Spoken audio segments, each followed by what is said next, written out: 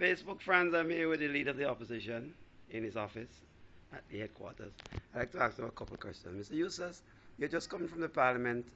What is your impression? And I just heard on the news that the Prime Minister Stevens is not prepared to do to debate the amendment to the Passport Act. What is your impression on that, sir? Yeah, he has indicated to us, and he has made an announcement in the Parliament that he wants to concentrate today on the motion on reparations in the Parliament. And we want to carry through that entire debate before dealing with anything else in the agenda. Therefore, the Parliament will have to make new way coming. Because obviously a number of people will debate the motion, and we find ourselves late into the evening before we can leave the Parliament. So he doesn't want to touch anything else. So I see it as a way to postpone the passport debate for a little longer. Yeah, so you think it's a political move? Yeah, I look at it as postponing that is postponing that passport debate. So I think that is what the public is interested in right now. You know. Yeah, there's a great hype about this bill. Everybody was waiting to see. Yeah, so. And I think it is right for the government to come forward and satisfy the people. Yeah. They are the ones who introduce. People are definitely. I'm getting so many calls on that bill. I've never got so many calls on a bill before the Parliament actually meets yet. Yes. Yeah. I find it's really disappointing that he didn't. Yeah. Another thing I like to ask them. But it has to come anyhow. One way or the other is coming next week. Well, the wording of the bill, you are not a lawyer, but you're a politician, and you have a lot of experience with bills. So, with the wording of that bill, what's the impression you get?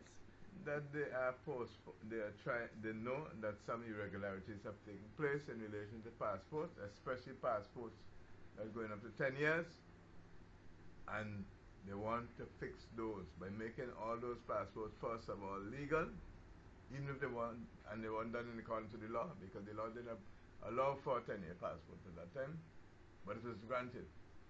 And for any action taken or any monies received by anybody who was working in the passport office, then you can't bring any action against them if you have a case against them. So you're telling me that the government had it's freeing them by this law, so nobody can ever bring a case against them. My God. And our answer to that, of course we'll debate that, we can't support that. But we'll also say this, that the New Democratic Party administration will repeal that bill that they're trying to pass in this session. Yes. Giving a cushion to people. But they, in themselves, it's completely absolving them of any responsibility.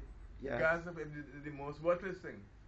But something came out to me there, what you said. You said that the government went ahead and gave people passports for 10 years whilst not having they don't have a law. That's why they're validating the passports now. This law validates those passports. But how we didn't see that? Why we didn't see that? We wanted giving out passports. Everybody know they were getting 5-year passports. When the individual goes and gets something more, we don't know.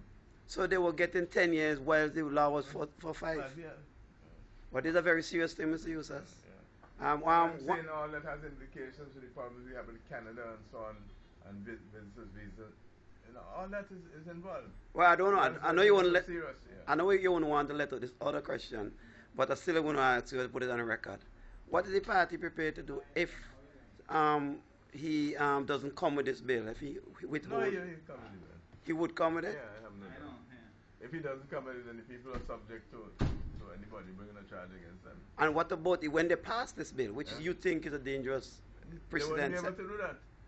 They would be able? Nobody would be able to bring any case. But something because like that. All of them would have been freed. But what would your party do? That's what I'm saying. We only could deal with that if we are in government. Repeal the bill. And that's the only way? Yeah. We can't force it from doing any actions otherwise? No. Okay, thank you very much, Mr. Eustace. You look kind of frustrated. You don't like Parliament. I'm very upset about these kind of things. Yes. You know? And sometimes I'm not the best fellow at hiding my feelings. Yes. When things are annoying me, it shows. And maybe there's something wrong. Okay, thank you very much. I get annoyed, but when you're restricting people to the point that something wrong or illegal is done, some action is taken against them which is illegal, and they can't have any recourse to have their matter dealt with.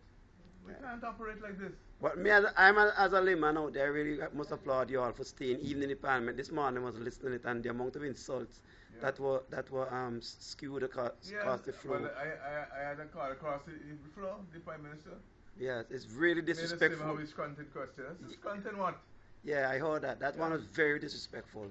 I don't know how you all make it. But thank you very much, Mr. Opposition Leader, for sparing me some moments of your time. You're going to eat lunch and to get back there in the Parliament, I think. Go back, I think 3:30. Thank you again. Yeah, okay. Yes.